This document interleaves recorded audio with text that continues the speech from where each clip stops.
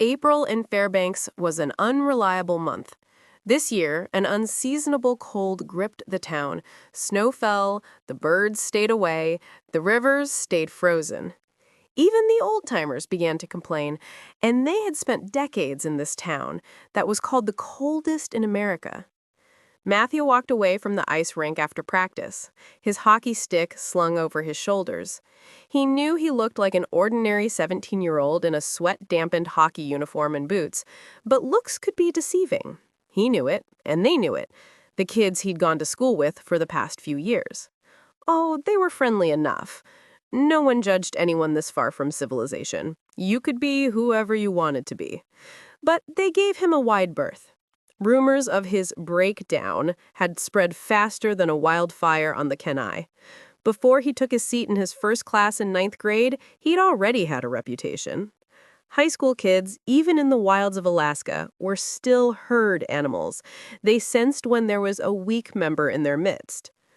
Ice fog, a gray, heavy haze peppered with tiny particles of frozen pollutants, turned Fairbanks into a funhouse version of itself, where nothing was quite solid, no line distinct. The place smelled of trapped exhaust, like a racetrack. The squat, two-story buildings across the street appeared to be holding each other up, forlorn in the fog. Like many of the buildings in town, they looked temporary, hastily built. Through the gloom, people wore charcoal drawings, lines and slashes. The homeless who huddled in doorways, the drunks who sometimes stumbled out of taverns late at night and froze to death. Not all of those Matthew saw now would survive the day or the week, let alone this unexpected cold in a town where winter lasted from September through April and night lay across the land for 18 hours. There were casualties every day. People went missing all the time. As he walked to the pickup truck, night fell. Just like that, in a blink, street lamps created the only light there was, dots here and there, aside from the occasional snake of headlights in the glow. He wore a parka, beneath that, his hockey sweater, long underwear, and his hockey pants, and wuclucks. It wasn't that cold, not by Fairbanks standards, barely below freezing. He didn't bother with gloves. It didn't take long for the truck to start, not this time of year, not like in the deep midwinter when you left your truck running while you were at the store or running errands, when the thermostat often dropped to 25 below. He climbed into his uncle's big, extended cab pickup and drove through town slowly, alert, always looking for animals or sliding cars or kids playing where they shouldn't be playing. A banged-up Dodge pulled out in front of him. It had a sign in the back window that read, "Warning, in case of rapture, this car will be unmanned." There were a lot of bumper stickers like that out here, deep in Alaska's wild interior, far from the tourist destinations of the coast or the majestic beauty of Denali. Alaska was full of fringists, people who believed in weirdo things and prayed to exclusionary gods and filled their basements with equal measures of guns and Bibles. If you wanted to live in a place where no one told you what to do and didn't care if you parked a trailer in your yard or had a fridge on your porch, Alaska was the state for you. His aunt said it was the romance of adventure that attracted so many individualists. Matthew didn't know if he agreed. Actually, he didn't expend much energy thinking about stuff like that. But he did know that the farther away you got from civilization, the stranger things got. Most people spent one dark, bleak, 8-month winter in Fairbanks and left the state screaming. The few who stayed, misfits, adventurers, romantics, loners, rarely left again. It took him almost 15 minutes to reach the Homestead Road, and 5 more minutes to get to the house he'd called home for the last few years. 20 decades ago, when his mother's family had homesteaded out here, the land had been remote. Over the years, town had crept closer, spread out. Fairbanks might be in the middle of nowhere, fewer than 120 miles from the Arctic Circle, but it was the second largest city in the state and growing fast because of the pipeline. He drove up the long, winding, tree-shrouded driveway and parked in the huge, plank-sided garage workshop between Uncle Went's ATV and his snow machine. Inside the house, the walls were roughly hewn planks that looked messy in the combination of light and shadow. His aunt and uncle had always intended to drywall them, but never had. The kitchen was delineated by L-shaped polished wood counters set atop green cabinets that had come from an abandoned house in Anchorage, one of those dream homes built by lowlanders who couldn't last through their first winter. A bar with 3 bar stools separated it from the dining area. Beyond that was the living room, a big plaid sectional, complete with movable footrests, and 2 well-worn lazy-boy chairs faced a window that overlooked the river. There were bookcases everywhere, overflowing with books. Lanterns and flashlights decorated almost every surface for when the power went out, and it went out often, with so many big trees and bad weather. The house had electricity and running water, and even a television, but no flush toilets. Truthfully, no Walker ever cared. They'd all been raised without houses and were happy to live that way. People down south had no idea how clean an outhouse could be if you took care of it. "Hey, you," Allie said, looking up from the sofa. She was doing homework by the looks of it. Matthew dropped his gear bag by the door and propped his hockey stick in the Arctic entry, a corridor full of coats and boots that separated the outside from the inside. He hung up his coat on a hook and kicked off his boots. He was so tall now, 6'2", that he had to duck to enter the house. "Hey," he plopped down beside her. "You smell like a goat," she said, closing her textbook. "A goat who scored 2 goals." He leaned back, laid his head on the sofa back, stared up at the big wood crossbeams that traversed the ceiling. He didn't know why, but he felt nervous, a little raw. He tapped his foot, played an arpeggio on the worn armrest with his fingers. Allie stared at him. As usual, she had applied her makeup sporadically, as if she'd lost interest halfway through the process. Her blonde hair was drawn back into a messy ponytail that hung a little to the left. He had no idea if that was intentional. She was beautiful, in the natural, rough-hewn way of Alaskan girls, who were more likely to hunt on the weekends than go to a shopping mall or movie theater. "You're doing it again," he said. "What?" "Watching me, like you think I'm going to explode or something." "No," she said, trying to smile. "It's just, are you having a bad day?" Matthew closed his eyes, sighed. His older sister had been his salvation. There was no doubt about that. Back when he'd first moved here, when he'd been unable to deal with his grief and been beset by terrible nightmares, Allie had been his steadying hand, the voice that could get through to him, although it had taken time. For the first 3 months, he pretty much hadn't talked at all. The therapist they sent him to was no help. He'd known from the first session that it wouldn't be a stranger's hand he'd reach out to, especially not one who talked to him as if he were a kid. It was Allie who had saved him. She never gave up, never stopped asking how he felt. When he finally found the words to express himself, his grief had shown itself to be bottomless, terrifying. He still cringed at the way he'd cried. His sister had held him when he cried, rocked him as their mother would have done. Over the years, the two of them had fashioned a vocabulary for grief, learned how to talk about their loss. He and Allie had talked about their pain until there were no words left to say. They'd also spent hours in silence, standing side by side on the river, fly fishing and hiking rough trails in the Alaska Range. In time, his grief had turned to anger and then drifted toward sorrow. And now, finally, it had settled into a lingering sadness that was a part of him, not the whole. Lately, they'd begun to talk about the future instead of the past. It was big, that change, and they knew it.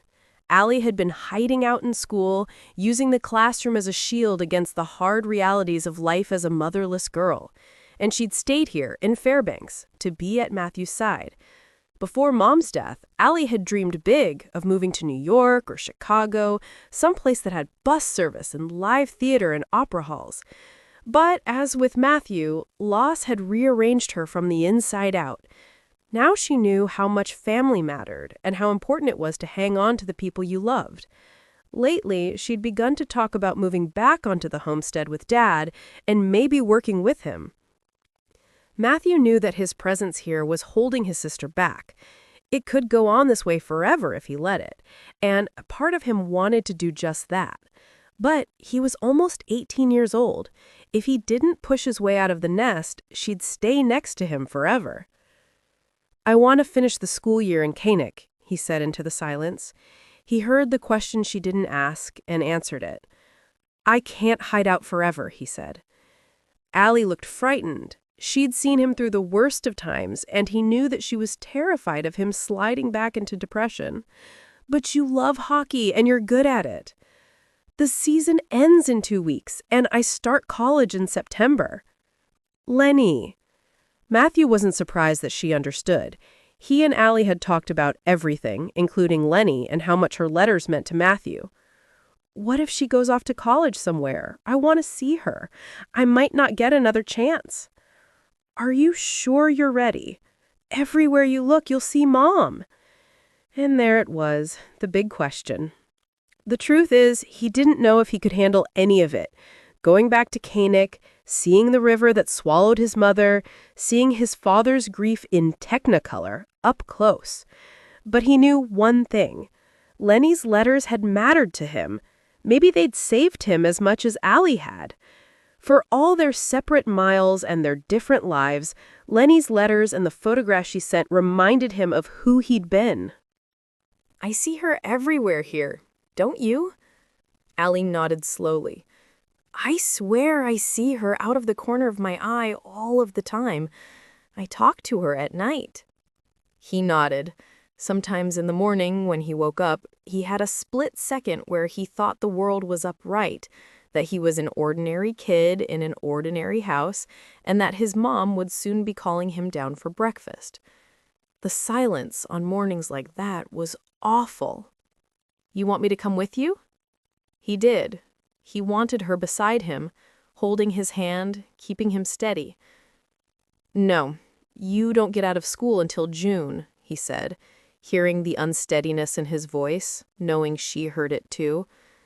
"Besides, I think I have to do this by myself. You know Dad loves you. He'll be thrilled to have you back." He did know that. He also knew that love could freeze over, become a kind of thin ice all its own. He and Dad had had a tough time talking in the past few years. Grief and guilt had bent them out of shape. Allie reached out for him, took his hand in hers. He waited for her to speak, but she didn't say anything. They both knew why. There was nothing to say. Sometimes you had to go backward in order to go forward. This truth they knew, even as young as they were. But there was another truth, one they shied away from, one they tried to protect each other from. Sometimes it was painful to go back. Maybe grief had been waiting for Matthew to return all this time, waiting in the dark, in the cold. Maybe in Canuck he'd undo all this progress and break down again. "You're stronger now," Allie said. "I guess we'll find out." 2 weeks later, Matthew flew his uncle's float plane over Otter Point and banked right, lowered, touched down on the flat blue water below. He killed the engine and floated toward the big silvered wood arch that read Walker Cove. His father stood at the end of the dock, his arms at his sides. Matthew jumped off the pontoon and onto the dock and tied the float plane down. He remained that way, bent over, his back to his father, for a moment longer than necessary, gathering the strength he needed to really be here. At last he straightened, turned. His father was close now. He pulled Matthew into a bone-jarring hug that went on so long Matthew had to gasp for breath. Dad drew back finally, looked at him, and love took shape in the air around them, a regret and memory-filled version maybe, sad around the edges, but love. It had been only a few months since they'd seen each other. Dad made it a point to come to several of Matthew's hockey games and visit in Fairbanks as often as the harsh weather and homesteading chores allowed, but they had never really talked about anything that mattered. Dad seemed older, his skin more lined and creased. He smiled in that way of his, the way he did everything in life. Full tilt. No explanations, no regrets, no safety nets. You knew Tom Walker in a glance because he let you in. You knew instantly that this was a man who always told the truth as he saw it, whether it was popular or not, who had a set of rules to guide his life and no other rules mattered. He laughed harder than any man Matthew had ever met, and Matthew had only seen him cry once, on that day out on the ice. "You're even taller than the last time I saw you." "I'm like the Hulk. I keep tearing through my clothes." Dad grabbed Matthew's suitcase and led him up the dock, past the fishing boat straining at its lines. Seabirds cawed overhead. Waves slapped the pilings. The smell of kelp baking in the sun and eel grass beaten down by waves greeted him. At the top of the stairs, Matthew got his first glimpse of the big log home with the soaring bowed front and wraparound deck. A welcoming light illuminated the pots hanging from the eaves, still full of last year's dead geraniums. Mom's pots. He paused, caught his breath. He hadn't realized how time could unspool the years of your life until, for a second, you were 14 again, crying from a place so deep it seemed to predate you, desperate to be whole again. Dad went on ahead. Matthew forced himself to move. He passed by the weather-grayed picnic table and climbed the wooden steps to the purple-painted front door. Beside it hung a metal cutout of an orca that read, "Whalecome." That had been a gift from Matthew. It always cracked his mother up. It brought tears to his eyes. He wiped them away, embarrassed by the display in front of his stoic father, and went inside. The house looked the same as it always had, a cluster of reclaimed and antique furniture in the living room, an old picnic table draped in bright yellow fabric with a vase of blue flowers placed in its center. A collection of candles stood like a medieval village around the flowers. His mother's touch was everywhere. He could almost hear her. The interior of the house, bark-darkened log walls, windows large enough to capture the view, a pair of brown leather couches, a piano Grandma had had shipped in from the outside. He walked over to the window, stared out, saw the cove and the dock through a watery image of his own face. He felt his father come up behind him. Welcome home. Home. The word had layers of meaning. A place. An emotion. Memories. "She was out ahead of me," he said, hearing the unsteadiness of his voice. He heard the way his father drew in a sharp breath. Would he stop Matthew? Abort this conversation they'd never dared to have? There was a moment, a pause that lasted less time than an indrawn breath. Then Dad laid a heavy hand on Matthew's shoulder. "No one could contain your mother," he said quietly. "It wasn't your fault. I didn't know how to respond. There was so much to say, but they'd never talked about any of it. How could you even start a conversation like that?" Dad pulled Matthew into a fierce embrace. "I'm glad as hell you're back." "Yeah, me too." Mid-April, dawn washed across the land well before 7 a.m. When Lenny first opened her eyes, even though it was to darkness, she felt the buoyancy that came with the changing of the seasons. As an Alaskan, she could feel the nascent light, see it in the lessening of the inky black to a charcoal hue. It carried with it a sense of hope, of daylight coming, of everything would be better now, of he would be better. But none of that was true this spring. Even as sunlight was returning, her dad was getting worse, angry and intense, more jealous of Tom Walker. Lenny had a terrible, building feeling that something bad was going to happen. All day at school, she battled a headache. On her bike ride home, she started getting a stomachache. She tried to tell herself it was her period, but she knew better. It was stress, worry. She and Mama had gone into alert mode again. They made eye contact constantly, walked carefully, tried to be invisible. She rode expertly over the bumpy driveway, taking care to stay on the high ground between the two muddy tire ruts. In her yard, a morass of mud and running water, she saw that the red truck was gone, which meant that Dad was either hunting or had gone to see the Harlans. She slanted her bike against the cabin and did her chores, feeding the animals, checking their water, bringing in the dry sheets from the line, dropping them into a willow basket. Holding the laundry basket on her hip, she heard the high, rubber band sound of a boat engine and stared out at the water, tenting a hand across her eyes. High tide. An aluminum skiff turned into their cove. The put-put-put of the engine was the only sound for miles. Lenny tossed the laundry basket onto the porch and headed for the beach stairs, which they'd strengthened over the years. Almost all of the boards were new, only here and there could you see the tarnished gray of the original stairs.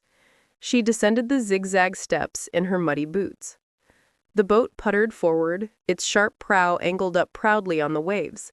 A man stood at the console, guided the boat forward, beached it. Matthew. He killed the engine and stepped out into the ankle-deep water, held on to the boat's ragged white line. She touched her hair in embarrassment. She hadn't bothered to braid it or brush it this morning, and she was wearing the exact same outfit she'd worn to school today and the day before. Her flannel shirt probably smelled like wood smoke. Oh, God. He pulled the boat up onto the beach, dropped the rope, and walked toward her. For years, she'd imagined this moment. In her musings, she always knew exactly what to say. In the privacy of her imagination, they just started talking, picked up the thread of their friendship as if he'd never been gone. But in her mind, he was Matthew, the 14-year-old kid who'd showed her frogs' eggs and baby eagles, the boy who'd written her every week. "Dear Lenny, it's hard at this school. I don't think anyone likes me." And to whom she'd written back, "I know a lot about being the new kid in school. It blows. Let me give you a few tips." This man was someone else, someone she didn't know. Tall, long blonde hair, incredibly good-looking. What could she say to this Matthew? He reached into his backpack, pulled out the worn, banged-up, yellowed version of The Lord of the Rings that Lenny had sent him for his 15th birthday. She remembered the inscription she'd written in it. "Friends forever, like Sam and Frodo." A different girl had written that, one who hadn't known the ugly truth about her toxic family. "Like Sam and Frodo," he said. "Sam and Frodo," Lenny repeated after him. Lenny knew it was crazy, but it seemed to her as if they were having a conversation without saying anything, talking about books and durable friendships and overcoming insurmountable odds. Maybe they weren't talking about Sam and Frodo at all. Maybe they were talking about themselves and how they had somehow grown up and stayed kids at the same time. He pulled a small wrapped box out of his backpack and handed it to her. "This is for you." "A present? It's not my birthday." Lenny noticed that her hands were shaking as she tore open the paper. Inside, she found a heavy, black Canon Canonet camera in a leather case. She looked up at him in surprise. "I missed you." "I missed you too," she said quietly, knowing, even as she said it, that things had changed. They weren't 14 anymore. More important, her father had changed. Being friends with Tom Walker's son would cause trouble. It worried her that she didn't care. At school the next day, Lenny could hardly concentrate. She kept glancing sideways at Matthew, as if to assure herself that he was really there. Miss Rhodes had had to yell at Lenny several times to get her attention. At the end of class, they walked out of the schoolhouse together, emerged side by side into the sunshine, and walked down the wooden steps and into the muddy ground. "I'll come back for my ATV," he said when she pulled her bike away from its place along the chain-link fence that had been built 2 years ago after a sow and her cubs walked right up to the school door looking for food. "I'll walk you home, if that's okay." Lenny nodded. Her voice seemed inaccessible. She hadn't said 2 words to him all day. She was afraid of embarrassing herself. They weren't children anymore, and she had no idea how to talk to a boy her own age, especially one whose opinion of her mattered so much. She had a solid hold on her plastic handlebar grips, with her dump recycled bicycle clanging along the gravel road beside her. She said something about her job at the general store, just to break the quiet. She was aware of him physically in a way she'd never experienced before. His height, the breadth of his shoulders, the sure, easy way he walked. She smelled spearmint gum on his breath, and the complex sense of store-bought shampoo and soap on his hair and skin. She was attuned to him, connected in that weird way of predator and prey, a sudden, dangerous circle of life type of connection that made no sense to her. They turned off Alpine Street and walked into town. Town sure has changed, Matthew said. At the saloon, he stopped, tented his hand over his eyes, read the graffiti spray-painted across the charred wooden front. Some people don't want change, I guess. Guess not. He looked down at her. My dad said your dad vandalized the saloon. Lenny stared up at him, felt shame twist her gut. She wanted to lie to him, but she couldn't. Neither could she say the disloyal words out loud. People assumed her dad had vandalized the saloon, only she and her mother knew it for sure. Matthew started walking again. Relieved to be past the evidence of her father's anger, she fell into step beside him. When they passed the general store, Large Marge emerged with a bellow, her big arms outflung. She gave Matthew a hug, then thumped him on the back. When she stepped back, she gazed at the two of them. Be careful, you two. Things aren't good between your dads. Lenny started off. Matthew followed her. She wanted to smile, but the vandalized tavern and Large Marge's warning had taken the shine off the day. Large Marge was right. Lenny was playing with fire right now. Her dad could drive up this road at any minute. It would not be good for him to see her walking home with Matthew Walker. Lenny? She realized Matthew had run to catch up with her. Sorry. Sorry for what? Lenny didn't know how to answer. She was sorry for things he knew nothing about, for a future she was probably dragging him into that would surely sour. Instead, she said some lame thing about the latest book she'd read. For the remainder of the way home, they talked about superficial things. The weather, the movies he'd seen in Fairbanks, the latest lures for king salmon. It seemed that no time had passed even though they had walked together for almost an hour, when Lenny saw the metal gate with the cow skull on it up ahead. Mr. Walker was standing beside a big yellow excavator that was parked beside the gate that marked the entrance to his land. Lenny came to a stop. What's your dad doing? He's clearing some acreage to build cabins, and he's putting up an arch over the driveway so guests will know how to find us. He's calling it the Walker Cove Adventure Lodge, or something like that. A lodge for tourists? Right here? Lenny felt Matthew's gaze on her face as strongly as any touch. You bet. There's money to be made. Mr. Walker walked toward them, pulling the trucker's cap off his head, revealing a white strip of skin along his forehead, scratching his damped hair. My dad won't like that arc, Lenny said as he approached. Your dad doesn't like much, Mr. Walker said with a smile, mopping the sweat from his brow with a bunched-up bandana. And you being friends with my Maddie is going to be at the top of his hate list. You know that, right? Yeah, Lenny said. Come on, Lenny, Matthew said. He took her by the elbow and led her away from his father, with the bicycle clattering alongside. When they came to Lenny's driveway, she stopped, stared down the tree-shaded road. You should leave now, she said, pulling away. I want to walk you home. No, she said. Your dad? She wished the world would just open up and swallow her. She nodded. He would not want me to be friends with you. Screw him. He can't tell us we can't be friends. No one can. Dad told me about the stupid feud going on. Who cares? What's it to us? But do you like me, Lenny? Do you want to be friends? She nodded.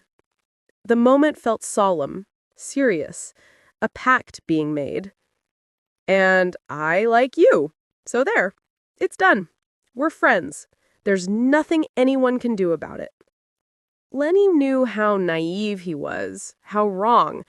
Matthew knew nothing about angry, irrational parents, about punches that broke noses, and the kind of rage that began with vandalism and might go places he couldn't imagine. "My dad is unpredictable," Lenny said. It was the only equivocal word she could come up with. "What does that mean?" "He might hurt you if he found out we liked each other." "I could take on your dad." Lenny felt a little burst of hysterical laughter rise up. The idea of Matthew taking on Dad was too terrible to contemplate. She should walk away right now. Tell Matthew they couldn't be friends. "Lenny?" The look in his eyes was her undoing. Had anyone ever looked at her like that? She felt a shiver of something. Longing, maybe? Or relief? Or even desire? She didn't know. She just knew she couldn't turn away from it, not after so many lonely years, even though she felt danger slip silently into the water and swim toward her. "We can't let my dad know we're friends. Not at all, not ever." "Sure," Matthew said, but you could see that he didn't understand. Maybe he knew about pain and loss and suffering. That knowledge of darkness was in his eyes, but he didn't know about fear. He thought her warnings were melodramatic. "I mean it, Matthew. He can never know."